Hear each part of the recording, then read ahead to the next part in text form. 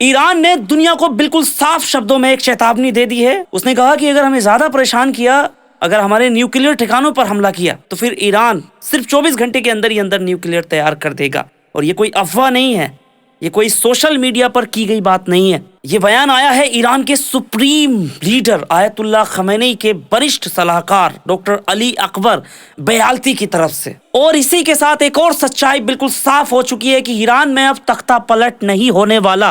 कारण मैं आपको आगे बताऊंगा। ईरान में तख्ता पलट का सपना चूर चूर हो चुका है। खमेनी साहब के एक बयान की वजह से सब मामला उल्टा पड़ने लगा है। जिन लोगों को लग रहा था कि ये सड़क पर उतरी भीड़ सरकार के खिलाफ है, आज उनकी गलतफहमी टूट चुकी है। ईरान की सेना भी मैदान में है और अब ईरान की जनता भी मैदान में है, और ये दोनों के दोनों आयतुल्लाह खमेनी साहब के साथ में है।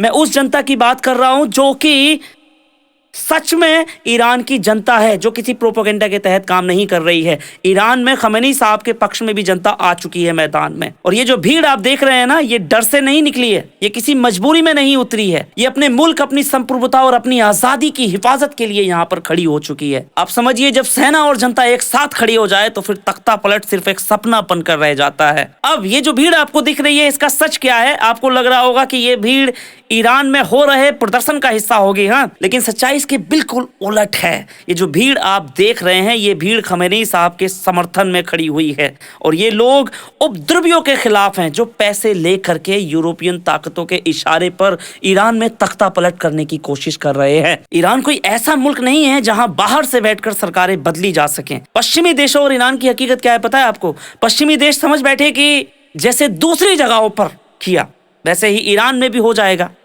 लेकिन उन्हें समझना होगा कि ईरान कोई इराक नहीं है, ईरान कोई लीबिया नहीं है, और ना ही ईरान कोई कमजोर देश है। यहाँ की जनता जानती है कि दुश्मन कौन है और साजिश किसकी है। इसलिए आज नारे सरकार के खिलाफ नहीं, बल्कि अमेरिका और इजराइल के मंसूबों के खिलाफ लग रहे हैं। जरा ध्यान दीजिए, यहीं से मामला बहुत ज्यादा गंभीर हो जाता है।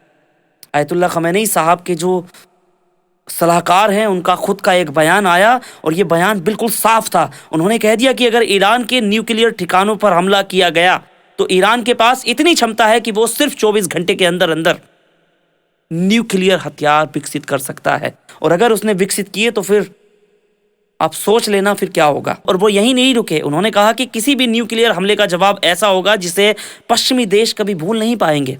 ये धमकियां नहीं है, बल्कि ये हकीकत है। ये कोई गीदड़ भपकी नहीं है, कोई भावनात्मक बयान नहीं है। ये उस मुल्क की आवाज है जो सालों से प्रतिबंध झेल रहा है, आर्थिक दबाव सह रहा है, साजिश का सामना कर रहा है, लेकिन आज भी वो मुल्क झुका नहीं है, टूटा नहीं है। ईरान का साफ स्टैंड तो ये है कि भाई उन्होंने कह दिया कि हम जंग नहीं चाहते और हम किसी भी तरह का टकराव नहीं चाहते, आप क्यों हमसे भिड़ रहे हो। लेकिन उन्होंने अब एक बात साफ कर दी है कि अगर हमारे न्यूक्लियर अधिकारों पर हमला हुआ, हमारी संप्रभुता को कुचलने की कोशिश की गई, तो जवाब देना ईरान का अधिकार है। और आज सवाल सिर्फ ईरान का नहीं है सर, सवाल यह है कि क्या इजराइल के पास में न्यूक्लियर हथियार होना जायज है और ईरान के पास ये प्रोग्राम नाजायज है? क्या यही पश्चिम देशों का इंसाफ है?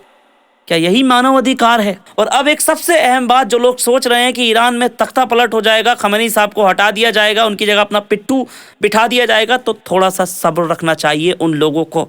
वक्त आने पर ईरान खुद जवाब दे देगा इस चीज का, और दुनिया भी देखेगी, क्योंकि इसका नाम ईरान है। और यहाँ पर एक ऐसा व्यक्ति बैठा है जो आसान नहीं है जिस व्यक्ति को हटाना। ईरान सिर्फ एक देश नहीं है, बल्कि एक मजबूत इरादा है जिसे आसानी से झुकाया नहीं जा सकता। तब तक तो बिल्कुल भी नहीं जब तक कि उसकी गद्दी पर खमेनी साहब बैठे हैं। पहले आप अपनी राय जरूर दे सकते हैं। यहां तक आए हैं, फॉलो सब्सक्राइब भी कर सकते हैं। जय हिंद।